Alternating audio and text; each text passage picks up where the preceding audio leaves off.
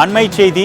ஏற்கனவே குற்ற வழக்கில் இருக்கும் நபரை எப்படி அரசு இவ்வளவு இயல்பாக நடமாட அனுமதித்தது என்று தேசிய மகளிர் ஆணைய உறுப்பினர் மம்தா குமாரி தற்பொழுது அரசுக்கு எதிராக கேள்வி எழுப்பியிருக்கிறார். தேசிய மகளிர் ஆணைய உறுப்பினர் மம்தா குமாரி தமிழக அரசுக்கு எதிராக இந்த மாதிரி கேள்வி எழுப்பியிருக்கிறார். அண்மை செய்தியை பார்த்துக் கொண்டிருக்கிறோம். அண்ணா பல்கலைக்கழக மாணவி பாலியல் வன்கொடுமை தொடர்பாக விசாரணை நடத்திய நிலையில் தேசிய மகளிர் ஆணைய உறுப்பினர் மம்தா குமாரி தமிழக அரசுக்கு எதிராக கேள்வி எழுப்பியிருக்கிறார். 20க்கும் மேற்பட்ட வழக்குகள் இருந்தும் எப்படி வெளியில் நடமாட விட்டார்கள் என்று தமிழக அரசுக்கு கேள்வி எழுப்பியிருக்கிறார். அண்மை செய்தியாக பார்த்துக் கொண்டிருக்கிறோம்.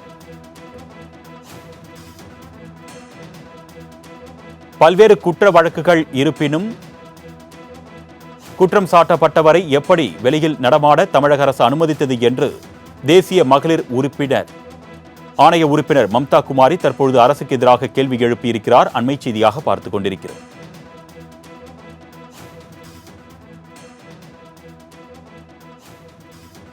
அண்ணா பல்கலைக்கழக மாணவி பாலியல் வன்கொடுமை தொடர்பாக விசாரணை நடத்திய நிலையில் தேசிய மகளிர் ஆணைய உறுப்பினர் மம்தா குமாரி அரசுக்கு எதிராக கேள்வி எழுப்பியிருக்கிறார். 20க்கும் மேற்பட்ட வழக்குகள் இருந்தும் எப்படி குற்றவாளியை வெளியில் நடமாட விட்டார்கள் என்று அவர் அரசுக்கு எதிராக கேள்வி எழுப்பியிருக்கிறார். அண்மை செய்தியாக பார்த்துக் கொண்டிருக்கிறோம்.